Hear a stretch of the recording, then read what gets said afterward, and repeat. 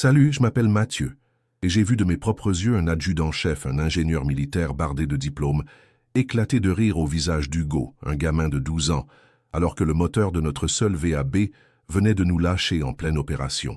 C'était sur notre base avancée au Sahel, sous un soleil de plomb et avec le bruit des mortiers qui se rapprochaient dangereusement. L'ingénieur venait de déclarer le blindé irréparable, condamnant par la même occasion les hommes que nous devions secourir. Ce qu'il ne savait pas, c'est que la vie de toute une section dépendait de ce garçon silencieux qu'il venait d'humilier. Vous vous êtes déjà senti complètement invisible au moment précis où vous saviez que vous aviez la seule réponse qui comptait vraiment? Avant que je vous raconte comment Hugo, avec un simple bout de fil de fer qu'il gardait toujours dans sa poche, a tenté de faire redémarrer ce monstre d'acier. Commentez ici pour me dire de quelle région vous regardez. Et pensez à vous abonner à la chaîne. Faites-moi confiance. Vous n'avez pas envie de manquer la tête qu'a faite l'adjudant-chef quand le moteur du bélier est reparti dans un vacarme assourdissant. Ce moment-là, ce mélange de choc, de honte et de respect sur le visage de tous ces soldats aguerris, est quelque chose qui reste gravé en vous pour toujours. C'est une de ces histoires qui vous rappelle que le vrai courage ne se mesure pas au grade que vous portez sur votre uniforme. L'ambiance sur la base était devenue irrespirable. La poussière du désert s'infiltrait partout, collant à la peau, se mélangeant à la sueur et à la peur.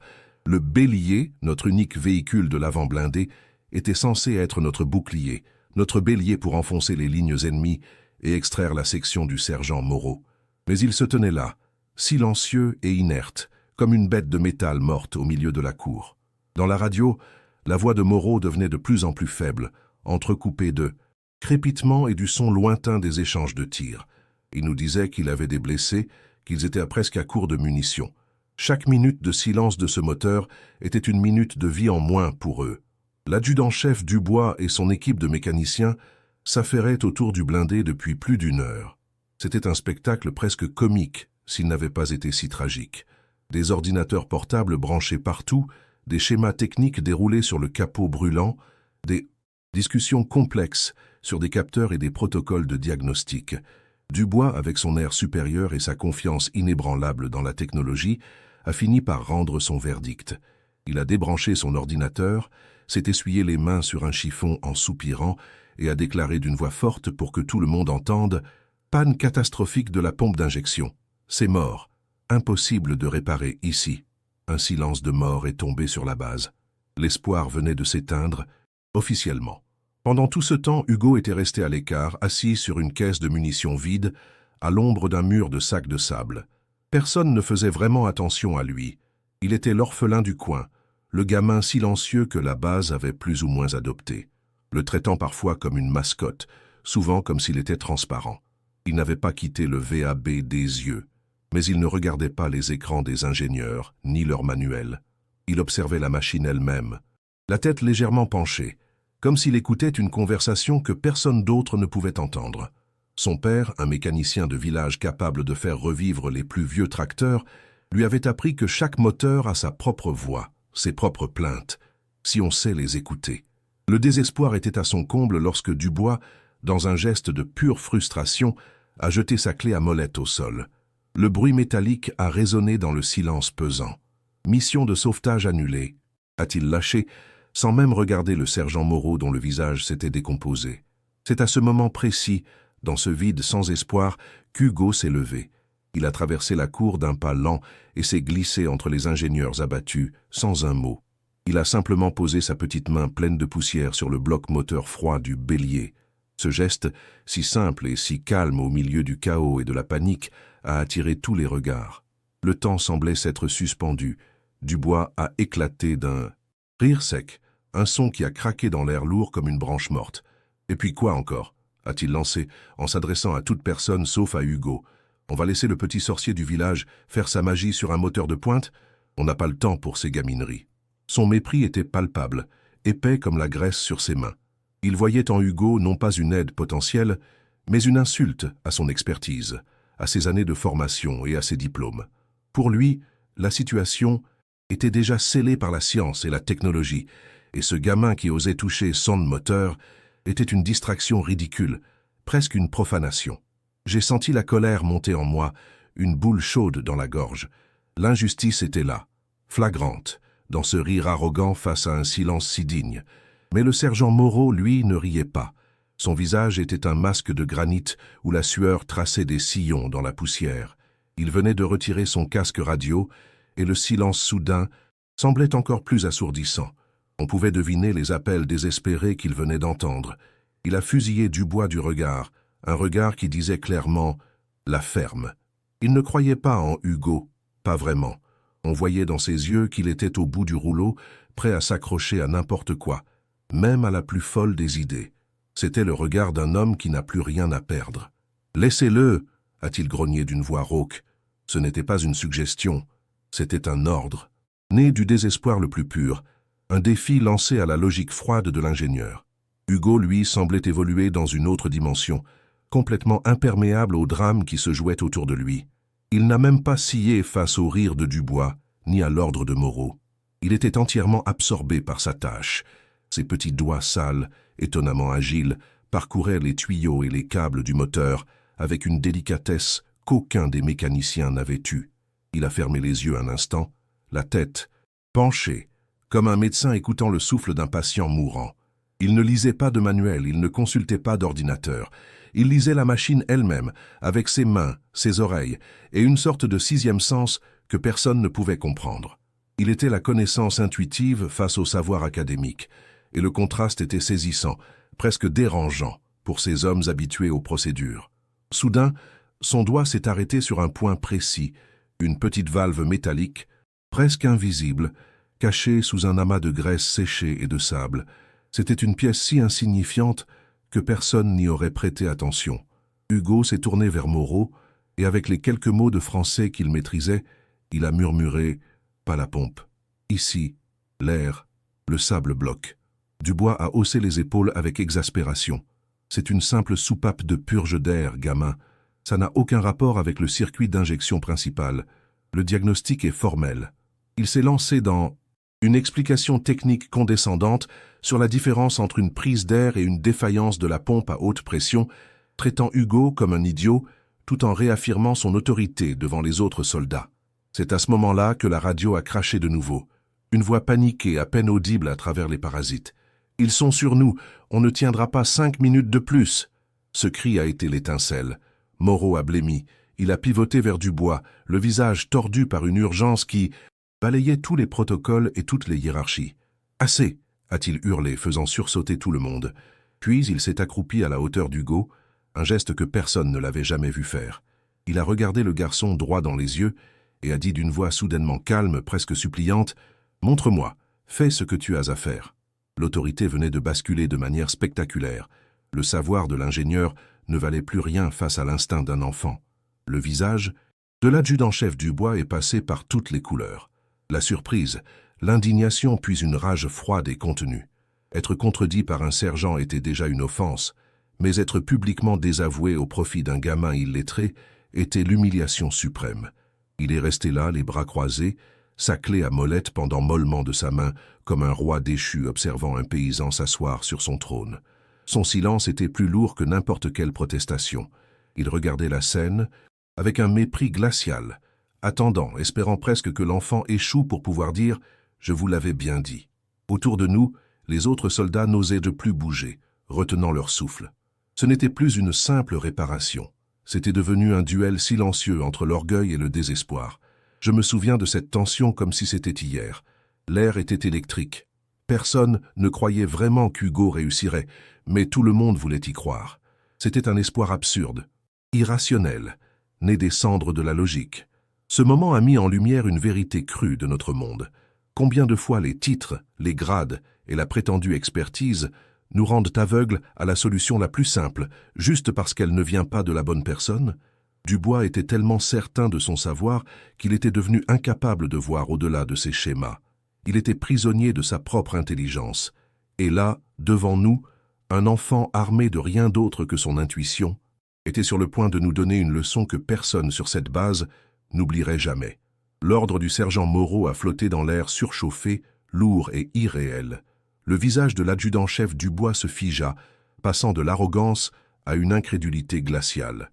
Il venait d'être publiquement défié, son expertise mise en doute par un sous-officier et au profit d'un enfant. C'était une rupture de protocole si flagrante que l'air semblait crépiter. Les autres mécaniciens se sont immobilisés, les yeux écarquillés, ne sachant plus qui regarder, leur chef humilié ou ce gamin qui portait soudainement sur ses épaules frêles le poids de toute la mission.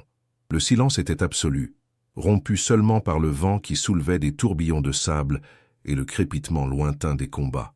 La tension n'était plus seulement due à la mission, elle était devenue personnelle, un affrontement direct entre l'orgueil et le désespoir.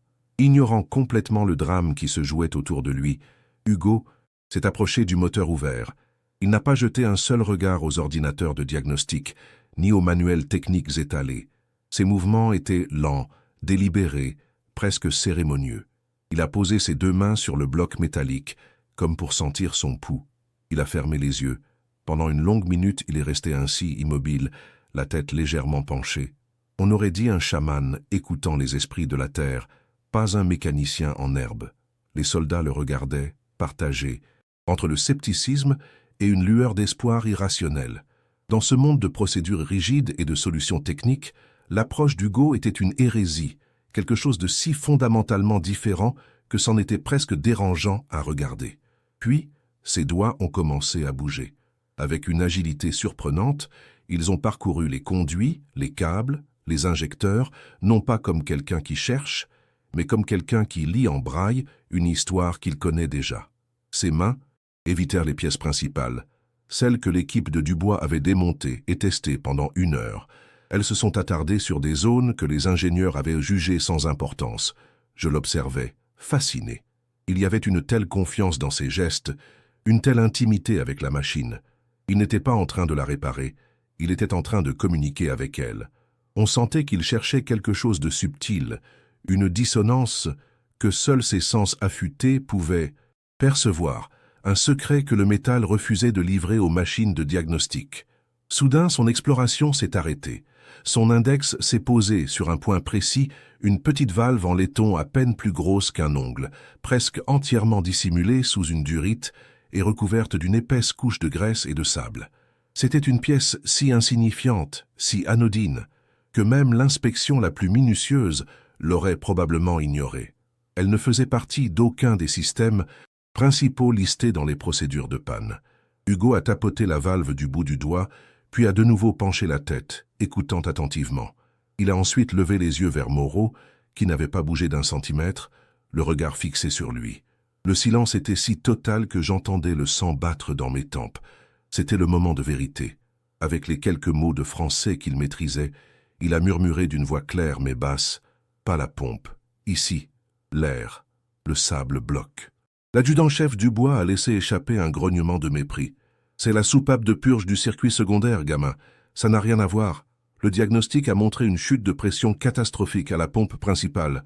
On ne trompe pas l'électronique. » Il a commencé à se lancer dans une explication technique condescendante, parlant de pression en barre, de capteurs piézoélectriques et de protocole CAN-bus, comme pour réaffirmer son autorité par un jargon que personne d'autre ne comprenait. Il essayait de noyer l'intuition de l'enfant sous un flot de science, pour prouver à tous que la logique était de son côté. C'est à cet instant précis que la radio a de nouveau craché un message, cette fois-ci un cri strident et paniqué qui a déchiré l'air. « Moreau, ils sont sur nous.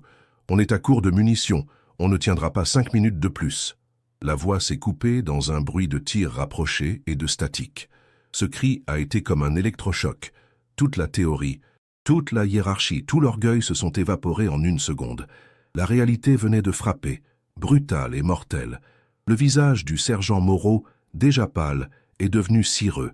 Il a pivoté vers Dubois, le visage tordu par une urgence qui balayait tous les protocoles. « Assez !»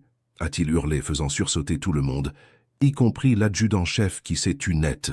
Puis, Moreau a fait quelque chose que je n'aurais jamais cru possible.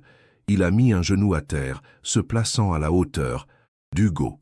Ce geste de la part de ce chef de section dur comme la pierre a stupéfié toute l'assemblée. Il a ignoré Dubois et tous les autres. Il a regardé le garçon droit dans les yeux, non plus avec désespoir, mais avec une intensité féroce, presque suppliante. « Montre-moi », a-t-il dit d'une voix soudainement calme, qui contrastait avec son hurlement précédent. « Fais ce que tu as à faire. Vite !» L'autorité venait de changer de main de la manière la plus spectaculaire qui soit. Le sort de la mission et la vie de ces hommes ne reposaient plus sur les galons de l'ingénieur, mais sur les mains sales de ce gamin silencieux. Sans un mot, Hugo a sorti de la poche usée de son short un petit objet que personne n'avait remarqué. Ce n'était pas un outil sophistiqué, pas un capteur électronique, mais un simple bout de fil de fer, tordu et rouillé par endroits. C'était son trésor, le seul héritage tangible de son père. Il le gardait toujours sur lui, comme un porte-bonheur. En voyant cela, l'adjudant-chef du bois a laissé échapper un soupir de dédain si audible qu'il a semblé résonner dans toute la cour. Pour lui, c'était la preuve finale que tout ceci n'était qu'une farce, une perte de temps monumentale, alors que des vies étaient en jeu. Il a croisé les bras, le visage fermé, attendant l'échec inévitable qui lui redonnerait raison.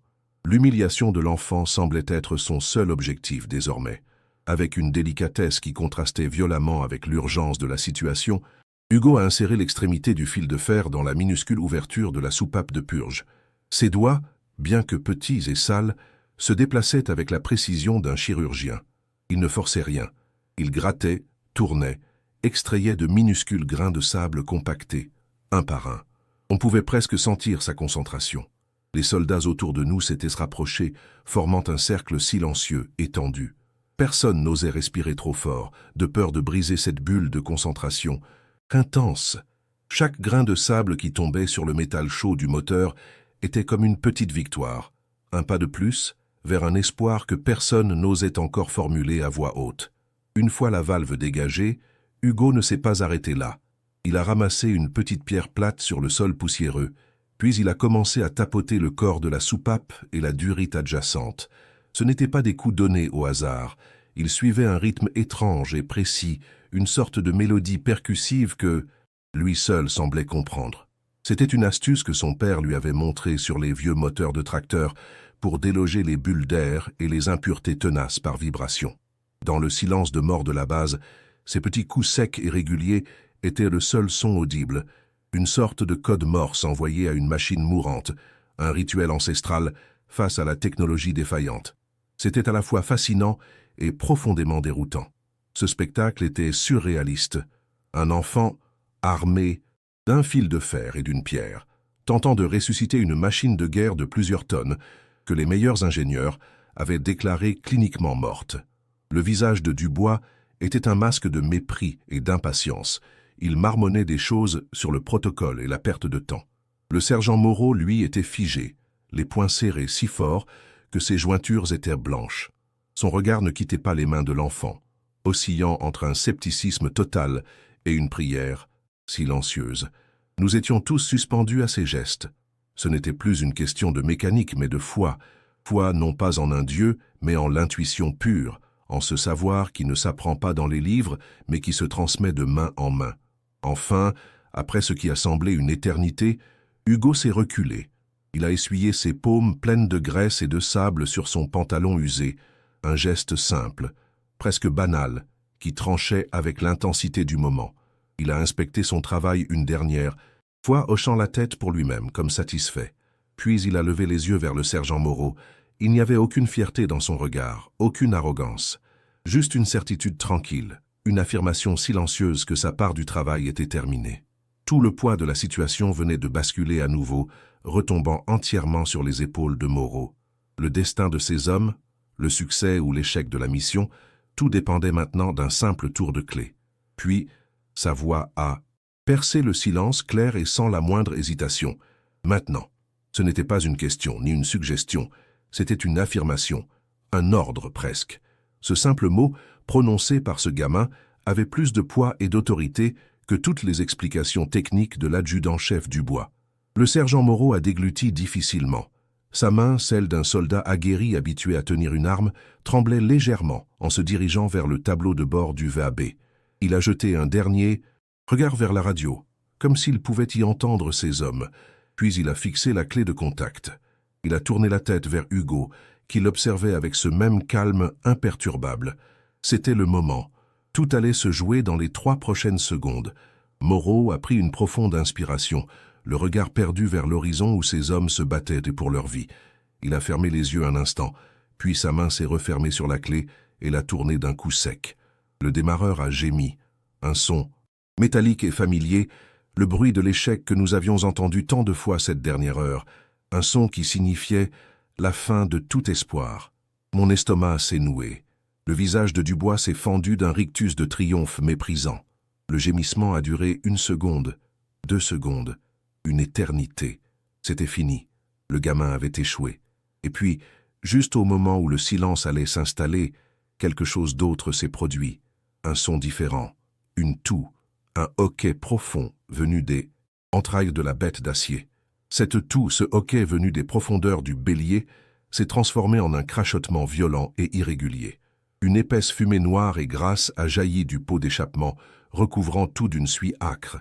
Le sol a vibré sous nos pieds, non pas avec la puissance d'un moteur en bonne santé, mais avec les convulsions d'une bête qui se débattait pour revenir à la vie. Pendant 2, peut-être 3 secondes, qui ont semblé durer 1 heure, le moteur a semblé hésiter entre la vie et la mort, chaque explosion de piston étant un combat. Le rictus de Dubois s'était figé, ne sachant plus s'il devait se transformer en triomphe ou en défaite. C'était un son horrible et magnifique à la fois, le son de l'impossible qui luttait pour exister. Puis le miracle. Le vacarme chaotique s'est soudainement lissé, les ratés ont disparu, et le son s'est transformé en un rugissement plein, assourdissant et incroyablement régulier. Le VAB tout entier vibrait d'une puissance contenue, une force brute qui semblait faire trembler l'air même de la base. Ce n'était plus le son d'une machine, c'était le son de la survie. C'était la voix de l'espoir qui hurlait à plein poumon, couvrant le bruit lointain des combats et le silence pesant du désespoir. Le bélier était vivant. Il était prêt. La fumée noire s'est éclaircie, devenant un léger panache gris, signe d'une combustion parfaite. Le silence qui a suivi le choc initial était encore plus profond que celui qui avait précédé la tentative. Un silence stupéfait a enveloppé tous les soldats présents.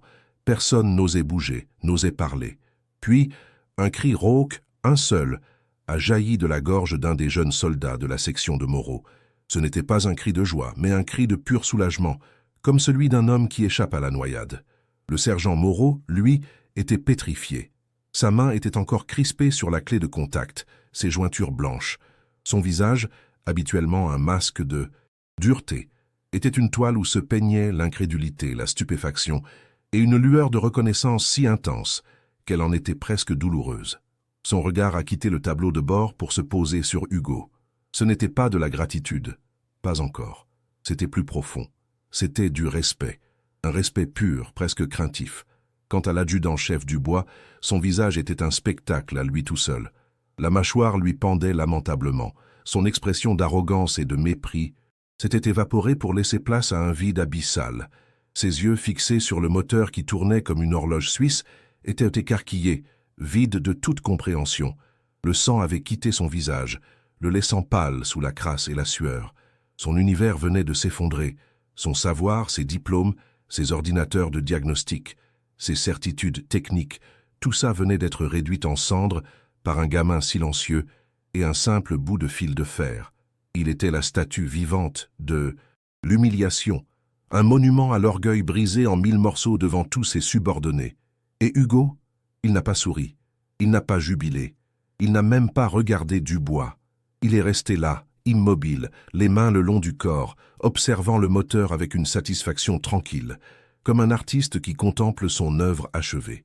Il a légèrement hoché la tête, non pas vers les hommes, mais vers la machine, comme pour lui dire « Voilà, ça va mieux maintenant ».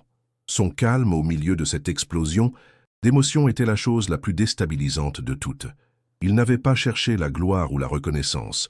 Il avait simplement écouté, compris et agi. Il était le centre imperturbable de la tempête qu'il venait de déchaîner, un point de sérénité au milieu du chaos et de l'euphorie naissante. Le sortilège fut rompu par la voix de Moreau, qui a retrouvé sa contenance en une fraction de seconde. Son visage s'est durci à nouveau, mais ses yeux brillaient d'une nouvelle lueur. « Embarqué !» a-t-il hurlé, sa voix de chef de section couvrant le rugissement du moteur. « On y va, maintenant !» L'inertie s'est brisée. Les soldats se sont précipités vers le VAB, les portes arrière s'ouvrant dans un grincement métallique. L'un d'eux a attrapé Hugo par le bras. Non pas brutalement, mais pour le mettre à l'abri, le tirant doucement derrière un mur de sacs de sable. Le véhicule, qui était un cercueil de métal quelques minutes plus tôt, était redevenu notre bélier, notre bouclier, notre unique chance de ramener nos frères à la maison. L'action avait repris ses droits sur la stupéfaction. J'ai regardé la scène, le cœur battant à tout rompre. Dubois n'avait pas bougé. Il était toujours là, figé, un homme brisé par la réalité. Les autres mécaniciens l'évitèrent du regard, s'affairant soudainement à ranger des outils avec une concentration feinte. Moreau a grimpé à la place du chef de bord, son regard croisant le mien une seconde, un éclair de pure détermination dans les yeux. Et Hugo, debout près du moteur encore fumant, semblait être la personne la plus grande de toute la base. Ce jour-là, dans le bruit et la fureur, j'ai compris que la véritable autorité ne vient pas des galons que l'on porte sur l'épaule, mais de la capacité à changer le cours du destin quand tout le monde a déjà baissé les bras.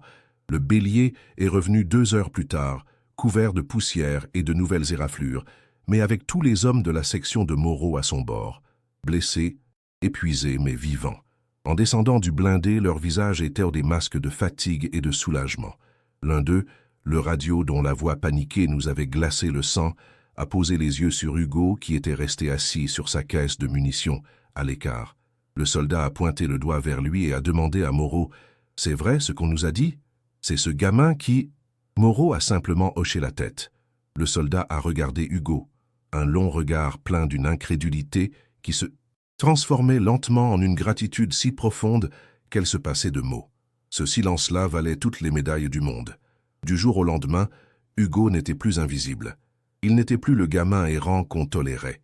Il était devenu une personne. Les soldats ne passaient plus à côté de lui sans le voir. Ils le saluaient d'un signe de tête, lui demandaient comment ça allait. Aux messes, on s'assurait toujours qu'il ait une assiette pleine. Les mécaniciens, les anciens subordonnés de Dubois venaient le voir non plus avec mépris, mais avec une sorte de curiosité respectueuse. Ils lui montraient un outil, lui demandaient son avis sur un bruit suspect, d'abord en plaisantant, puis de plus en plus sérieusement. Hugo, lui, restait le même garçon silencieux, mais il y avait une nouvelle lumière dans ses yeux. Il n'était plus un étranger. Il faisait partie de l'équation. Il avait sa place. Quant à l'adjudant-chef Dubois, son monde s'était effondré. Son autorité, bâtie sur des années de formation et de certitude technique, s'était évaporée en quelques secondes. Il est devenu un fantôme sur la base. Ses hommes ne le regardaient plus de la même manière. Le respect avait été remplacé par une pitié gênée. Il errait dans le garage, vérifiant des niveaux d'huile sur des véhicules qui fonctionnaient parfaitement, évitant le regard de tout le monde, en particulier celui d'Hugo. Il n'a jamais plus adressé la parole au garçon. Une semaine plus tard, sans bruit, il a été muté. Personne n'a posé de questions. Son départ était la conséquence logique de son orgueil brisé, une leçon silencieuse pour tous ceux qui pensaient que les diplômes valaient plus que l'instinct. Le sergent Moreau, lui, avait pris Hugo sous son aile. Ce n'était pas une adoption sentimentale, mais une protection brute, presque paternelle, à la manière d'un soldat. Il s'est assuré que Hugo est un lit de camp permanent, dans un coin abrité du garage, qu'il ait des vêtements propres et qu'il ne manque de rien. Il ne lui parlait pas beaucoup, mais ses actions parlaient pour lui. Parfois, je les voyais assis ensemble, en silence, à regarder le soleil se coucher derrière les montagnes, partageant une ration de combat. Moreau ne le remerciait jamais avec des mots. Il le faisait en veillant sur lui, en lui offrant la stabilité et la sécurité qu'il n'avait jamais eues. C'était un pacte muet, forgé dans le bruit d'un moteur et le soulagement de vies sauvées. Quelques jours plus tard, une scène inoubliable a eu lieu. Le commandant de la base a rassemblé tout le monde dans la cour près du garage. Il n'y avait pas de discours officiel, pas de cérémonie pompeuse.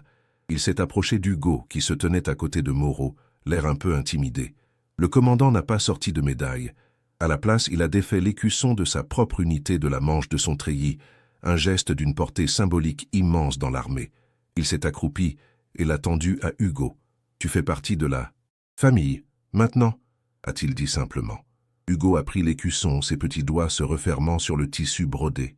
C'était plus qu'une récompense. C'était une reconnaissance, une appartenance.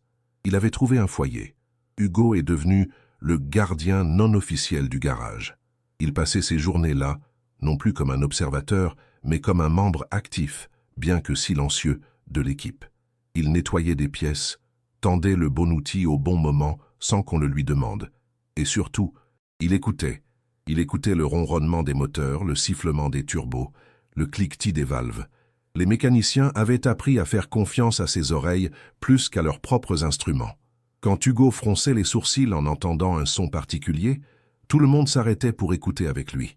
Il n'avait plus besoin de fil de fer pour prouver sa valeur. Sa simple présence était devenue une garantie, le cœur silencieux et attentif de notre base avancée. Cette histoire, elle ne m'a jamais vraiment quitté. Des années après, je peux encore sentir cette odeur de métal chaud, de sable et de sueur, et entendre le silence assourdissant juste avant que le moteur ne rugisse à nouveau. Ce moment a changé quelque chose en moi et chez tous ceux qui étaient là.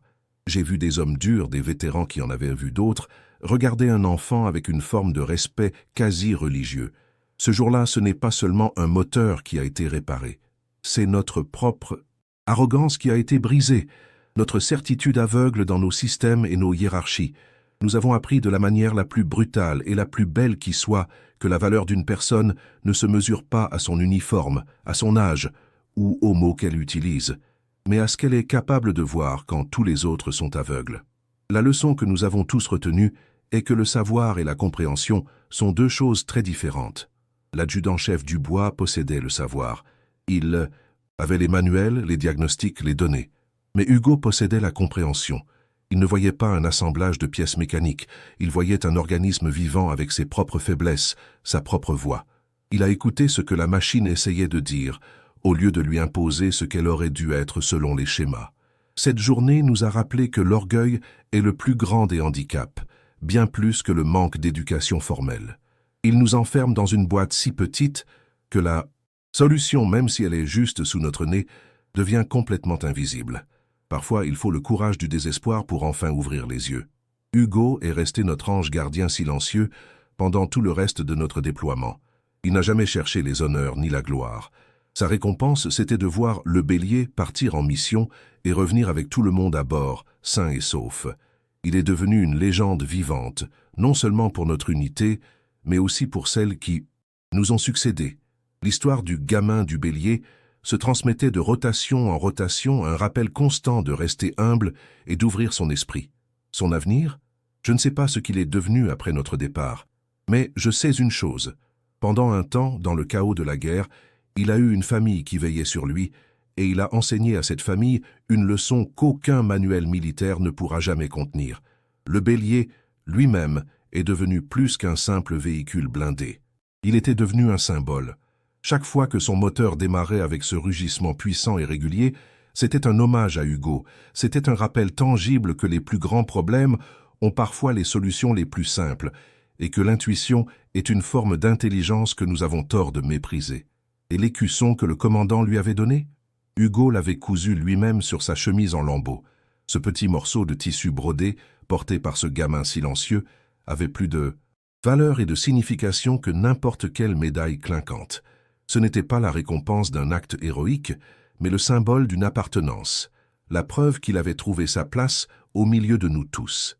Si cette histoire vous a touché, ou si vous connaissez quelqu'un qui a besoin de se rappeler que son talent unique a de la valeur, même si personne ne le reconnaît encore, partagez cette vidéo. Parfois, la plus grande force réside dans la confiance tranquille en ce que nous sommes. Les seuls à voir. N'oubliez pas de vous abonner pour découvrir d'autres histoires sur des personnes qui ont trouvé leur propre chemin, défiant les attentes pour laisser leur marque sur le monde. Merci de m'avoir écouté.